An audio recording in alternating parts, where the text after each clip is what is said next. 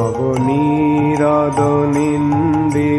কান্তিধারম রসসাগর নাগর भूपवरं। हरे कृष्णा, सभी को सादर प्रणाम। आज स्कंद 4 अध्याय 19 13 से 23 तक का हम लोग पाठ करेंगे। श्लोका नंबर 13। अत्रिणाचोदिता हन्तुम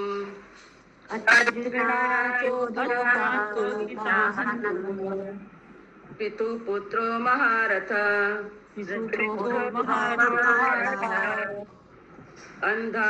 अन्वधावता संकुब्धा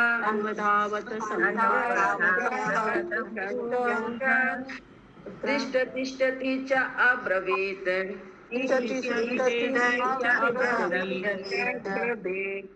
अनुवाद। हरे कृष्णा। जब अत्रि मुनि ने राजा पृथु के पुत्र को राजा इंद्र की चाल बताई तो वह अत्यंत क्रुद्ध हुआ और ठहरो ठहरो कहते हुए इंद्र को मारने के लिए उसका पीछा करने लगे। तात्पर्य बोले आगे। आगे पढ़े, तात्पर्य पढ़े। जब कोई क्षत्रिय अपने शत्रु को ललकारता है तो तिष्ठ तिष्ठ शब्द का प्रयोग करता है। लड़ता हुआ क्षत्रिय युद्ध भूमि से भाग नहीं सकता, किंतु जब कायरतावश कोई क्षत्रिय युद्ध भूमि से शत्रु को अपनी पीठ दिखाता है तो वह उसे तिष्ठ तिष्ठ शब्द से ललकारता जाता है। सच्चा क्षत्रिय अपने शत्रु को कभी ना तो पीछे से मारता है और ना कभी युद्ध में पीठ दिखाता है। क्षत्रिय नियम तथा अनुभव के अनुसार वह या तो विजयी होता है या युद्ध भूमि में मरता है।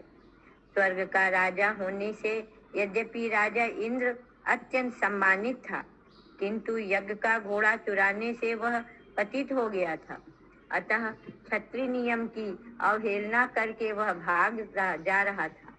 राजा पृथु के पुत्र तिष्ठ तिष्ठ शब्द से उसे ललकारा।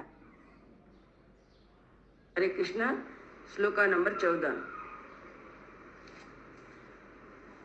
तम तादृश आकीर्तिम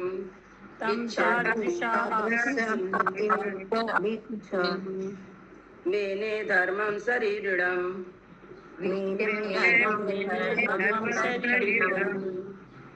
जटिलं भस्मान अच्छन्नम्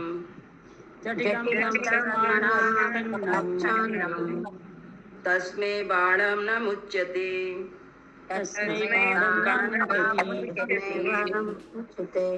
अनुवाद। राजा इंद्र ने सन्यासी का कपट वेश धारण कर रखा था। उसके सिर पर जटाजूट था और सारा शरीर राख से पुता था। ऐसे भेष में देखकर राजा पृथु के पुत्र ने इंद्र को धर्मात्मा तथा पवित्र सन्यासी समझा। अतः उसने उस पर अपने बाण नहीं छोड़े। हरे कृष्ण। हरे कृष्णा। श्लोका नंबर 15। बधात् निर्वृतं तं भूयो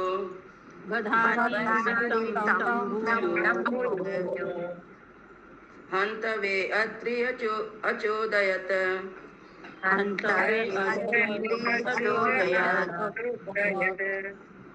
जहि ज्ञानहनं तात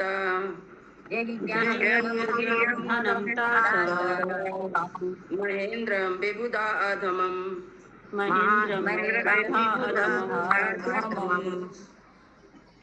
अनुवाद।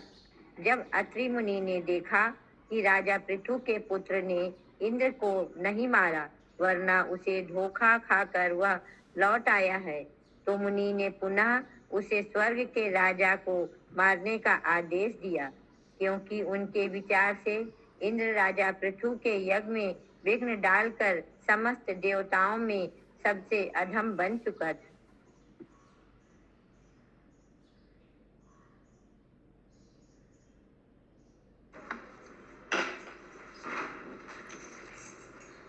श्लोका नंबर 16। एवं वैन सुता प्रोक्तः परमाणं विहाय च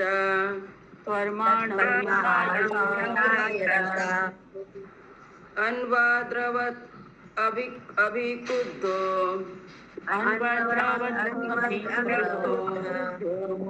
रावणं हृदराडिव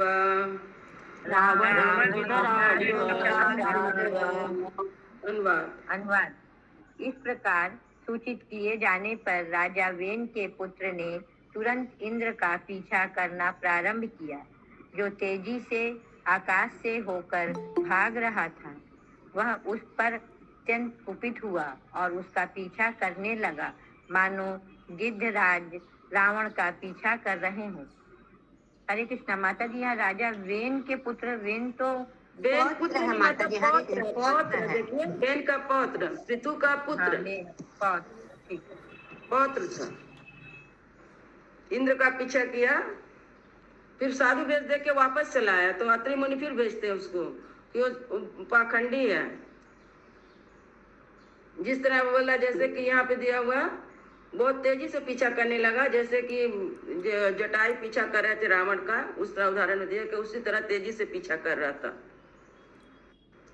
हरे कृष्ण माता जी, यहाँ पर पृथु पुत्र का नाम नहीं दिया हुआ है ना, सिर्फ उनका पुत्र या बेन का पौत्र। नाम नहीं दिया हुआ माता जी, नाम नहीं। हरे कृष्ण। श्लोका नंबर 17। सो अस्वम रूपम च तद्धित्वा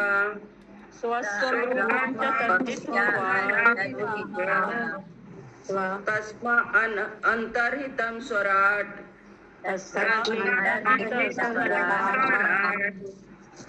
वीरा स्वपशुम आदाय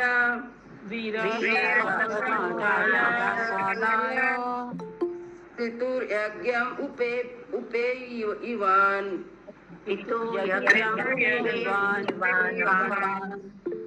अनुवाद।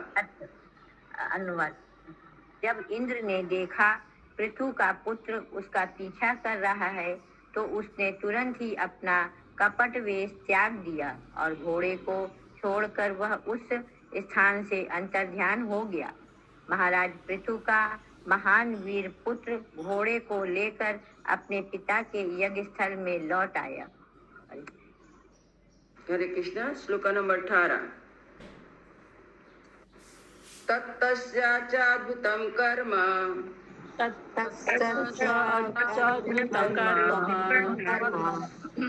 इच्छया परमर्शया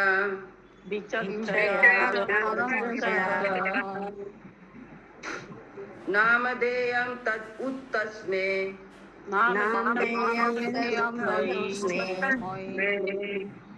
विजितास्वा इति प्रभु।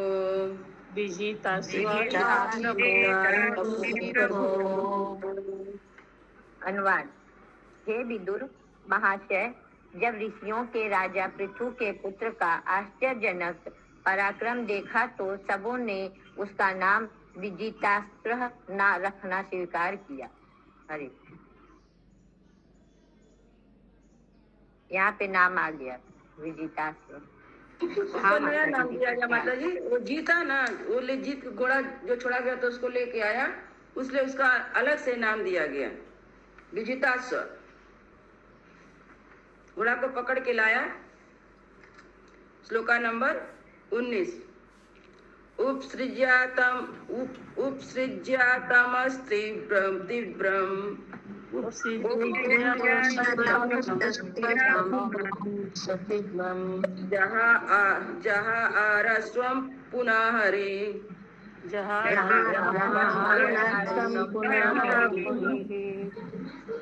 जसालयूपतस्तच्छन्नो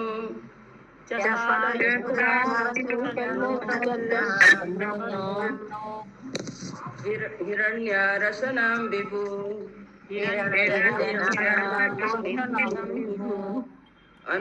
अनुवाद। हे विदुर, स्वर्ग का राजा तथा अत्यंत शक्तिशाली होने के कारण इंद्र ने तुरंत यज्ञ स्थल पर घोर अंधकार फैला दिया।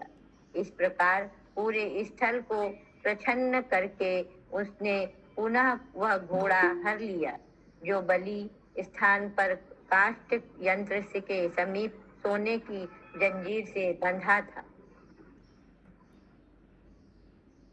कृष्ण, इस एक काठ का जो खूटी होता है ना, उस खूटी में बंधा था सोने के जंजीर से, लेकिन अंधकार कर दिया, फिर उसको घोड़ा को उठा ले गया। फिर श्लोका नंबर 20। अत्रि संदर्शयामास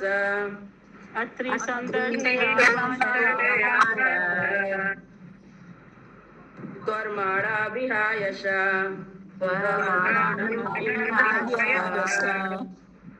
कपाल खट्वांगधरं वीरो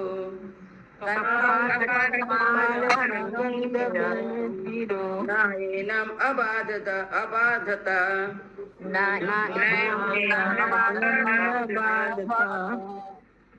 अनुवाद।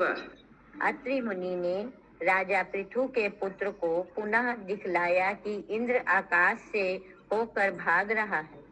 परम वीर पृथु पुत्र ने पुनः उसका पीछा किया, किंतु जब उसने देखा कि उसने हाथ में जो दंड धारण कर रखा है उस पर खोपड़ी लटक रही है, वह पुनः सन्यासी वेश में है, तो उसने उसे मारना उचित नहीं समझा। हरे कृष्ण। श्लोका नंबर 21। अत्रिणा चाउदिता तस्मे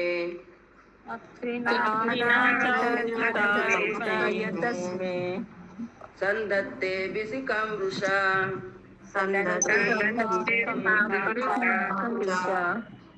सोऽस्वं रूपं च तद्धित्वा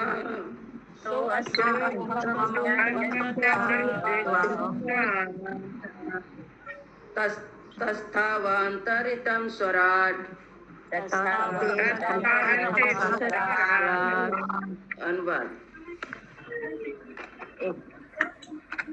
अनुवाद। जब अत्रि मुनि ने पुनः आदेश दिया तो राजा पृथु का पुत्र अत्यंत कुपित हुआ और उसने अपने धनुष बाण चढ़ा लिया। यह देखकर राजा इंद्र ने तुरंत सन्यासी का वह कपट वेश त्याग दिया और घोड़े को छोड़कर वह स्वयं अदृश्य हो गया।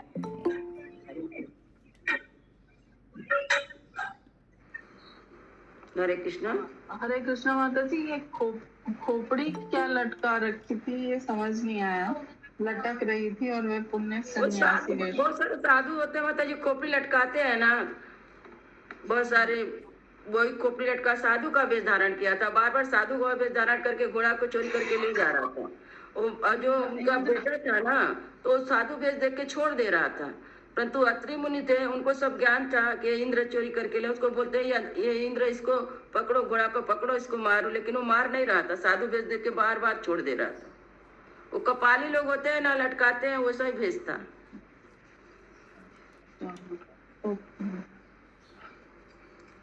श्लोका नंबर 22। वीरश्च अश्वमुपादाय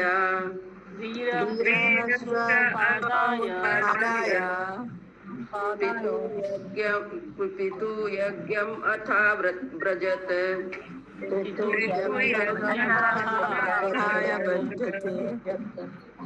तद अवध्यं हरे रूपम्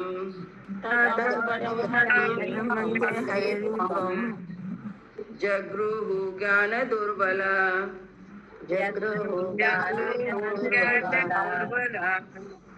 अनुवाद। तब परम वीर पृथु पुत्र विजिताश्व पुनः वह घोड़ा लेकर अपने पिता के यज्ञ स्थल पर लौट आया और उसी काल से वो कुछ अल्पज्ञानी पुरुष छद्म सन्यासी का वेश धारण करने लगे हैं। राजा इंद्र ने ही इसका सूत्रपात किया था। तात्पर्य: अनंत काल से सन्यासी त्रिदंड धारण करते रहे हैं। बाद में वे शंकराचार्य के एक दंडी सन्यास का सूत्रपात किया। त्रिदंडी सन्यासी वैष्णव सन्यासी होता है और एक दंडी सन्यासी मायावादी सन्यासी होता है। सन्यासी के और भी अनेक प्रकार हैं, किंतु वे वैदिक कर्मकांडों द्वारा मान्य नहीं है। इंद्र के एक छद्म सन्यास का सूत्रपात करके राजा पृथु के पुत्र विजितिस्रह ने से अपने आप को छिपाने का यत्न किया। अब तो कई प्रकार के सन्यासी हैं। कुछ नंगे रहते हैं तो कुछ कपाल और त्रिशूल धारण किए रहते हैं और कपालिक कहलाते हैं। इन सभी सूत्रपात निरर्थक परिस्थितियों में हुआ। जो अल्पज्ञानी हैं वे ही इन्हें सन्यासी मानते हैं, यद्यपि वे आध्यात्मिक प्रगति के लिए प्रमाणिक पथ प्रदर्शक नहीं होते। इस समय कुछ मिशनरी संस्थाओं ने वैदिक अनुष्ठानों को जाने बिना कुछ सन्यासी बनाए हैं जो पाप कर्म करते रहते हैं। शास्त्रों में जिन पाप कर्मों को वर्जित किया गया है वे हैं अवैध मैथुन, मादक द्रव्य सेवन, मांसाहार तथा द्रुत क्रीड़ा। ये तथाकथित सन्यासी इन सभी कृत्यों में लगे रहते हैं। वे मांस, मछली, अंडा और सभी कुछ खाते हैं। वे यह बहाना करके सूरापान करते हैं कि बिना शराब, मछली तथा मांस के अंटार्कटिक क्षेत्र के निकटवर्ती ठंडे प्रदेश में रहना कठिन है। ये सन्यासी दोनों ही की सेवा के नाम पर पाप कर्म करते हैं, जिससे बेचारे पशुओं का वध होता है और इन सन्यासियों के पेट में चले जाते हैं। जैसा कि निम्नलिखित श्लोक में कहा गया है, ये सन्यासी नहीं पाखंडी है। वैदिक साहित्य कहता है कि जो पुरुष भगवान नारायण को शिव या ब्रह्मा के समकक्ष रखता है वह तुरंत पाखंडी हो जाता है। पुराणों का कथन है, यस्तु नारायणं देव ब्रह्मा रुद्र आदि दैवतः समात्वेन नैव वीक्षित सह पाखंडी भवेद ध्रुवम। कलयुग में पाखंडियों का बोलबाला है, किंतु चैतन्य महाप्रभु ने अपना संकीर्तन आंदोलन चलाकर इन पाखंडियों का अंत करने का प्रयास किया। जो लोग अंतर्राष्ट्रीय कृष्ण भावनामृत संघ द्वारा चलाए जा रहे संकीर्तन आंदोलन का लाभ उठाते हैं वे अपने इन पाखंडियों से बचा सकेंगे। हरे कृष्ण। हरे कृष्णा। आज का अंतिम श्लोक नंबर 23 नंबर। यानि रूपाणि जागृहे यानि रूपाणि इंद्रो है इंदो ही जिहि हर्षय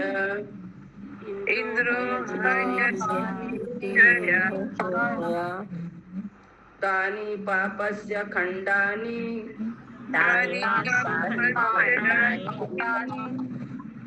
लिंगम खंडम इहोचयेत।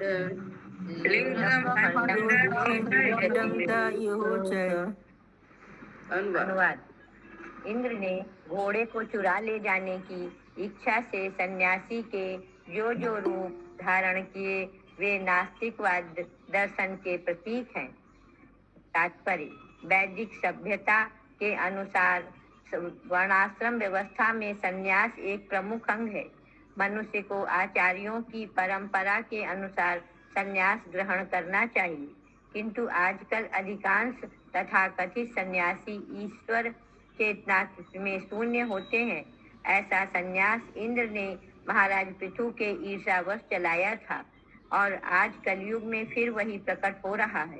इस प्रकार से आज का कोई सन्यासी प्रामाणिक नहीं है। किसी को वैदिक जीवन पद्धति में कोई परिवर्तन करने का अधिकार नहीं है। यदि कोई ईर्ष्यावश ऐसा करता है तो उसे पाखंडी या नास्तिक मानना चाहिए। वैष्णव तंत्र में कहा गया है, यत्र नार्यस्तु देवं ब्रह्म रुद्रादि दैवतः समात्वेन वीक्षते सह पाषंडी भवेद ध्रुवम।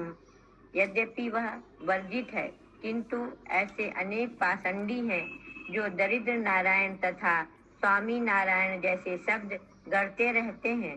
यद्यपि ब्रह्मा तथा शिव जैसे देवता तक नारायण की समता नहीं कर सकते। हरे कृष्ण। कृष्णा। श्रीमद् ग्रंथराज भागवतम की जय। शीला प्रभुपाद की जय।